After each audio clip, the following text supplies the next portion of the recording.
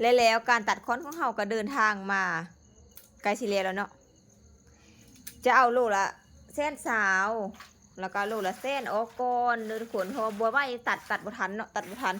แล้วก็โล70หันไผสร้างเต็มว่านี่มันฟ้าให้มืออื่นนี่แหละเนาะร้านนี้บ่ทันได้ตัดค้อนอยู่นี่นะตัวนี้โล70,000เนาะโลละ70,000นะตัวนี้ตัวนี้งาม70,000ผู้ตัดค้อนก็สู้ชีวิตขนาดปุ๊กกับผู้นี้ตัดค้อนกับผู้นี้เจ็บกับผู้นี้แต่ว่าบ่ได้เป็นเจ้าของส่วนตัวจริงเนาะอันนี้โลละ100,000เด้อเนาะโล100,000เป็นมันหมูแบบเพิ่มเคี้ยวๆไอ้แท้ทุกคนเนาะอันนี้เนี่ยเคี้ยวจัดแกะไว้ดูแล้วมันจะระเหยน้ำเห็นบ่แกะไว้ดูมันจะระเหยน้ำแบบนี้อันนี้โลละ100,000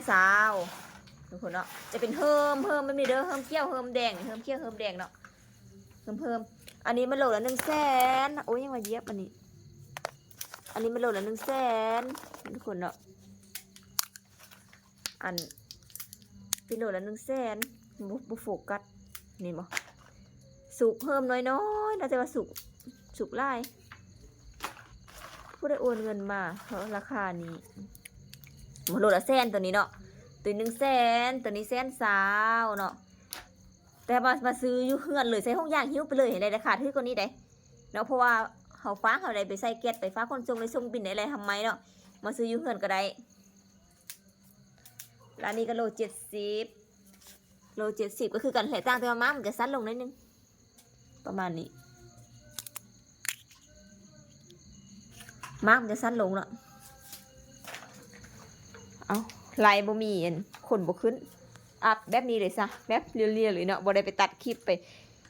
สวมกับเขาพนักงานก็บ่ได้ถ่ายไว้เนาะบ่ได้อัดคลิปไว้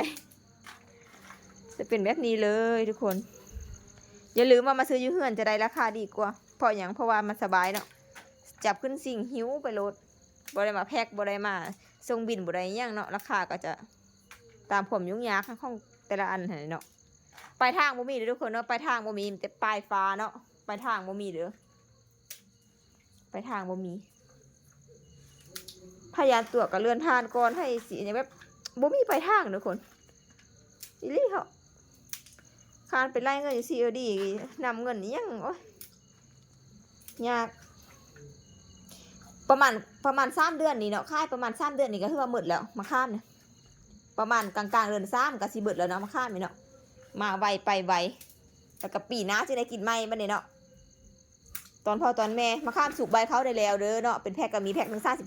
35,000ทวนขึ้นมาข้ามเนาะอันนี้โล100,000มาซื้ออยู่เฮือนในราคาถือกัน100,000เนาะเพราะว่าบ่ได้ยุ่งยากหิ้วไปเลยอันนี้คือการโลละ100,000มาซื้ออยู่เฮือนก็ได้ราคาถือก็โลละ100,000ใบเขาได้อันนี้ก็โล70,000มาซื้ออยู่เฮือนก็ถือกัน70,000เนาะเพราะว่าบ่ได้ยุ่งยากคือเขาว่าแหละจับขึ้นสิ่งหิ้วไปเลยเอาซ้ำนี้ก็เลยทุกคนคลิปนี้นะ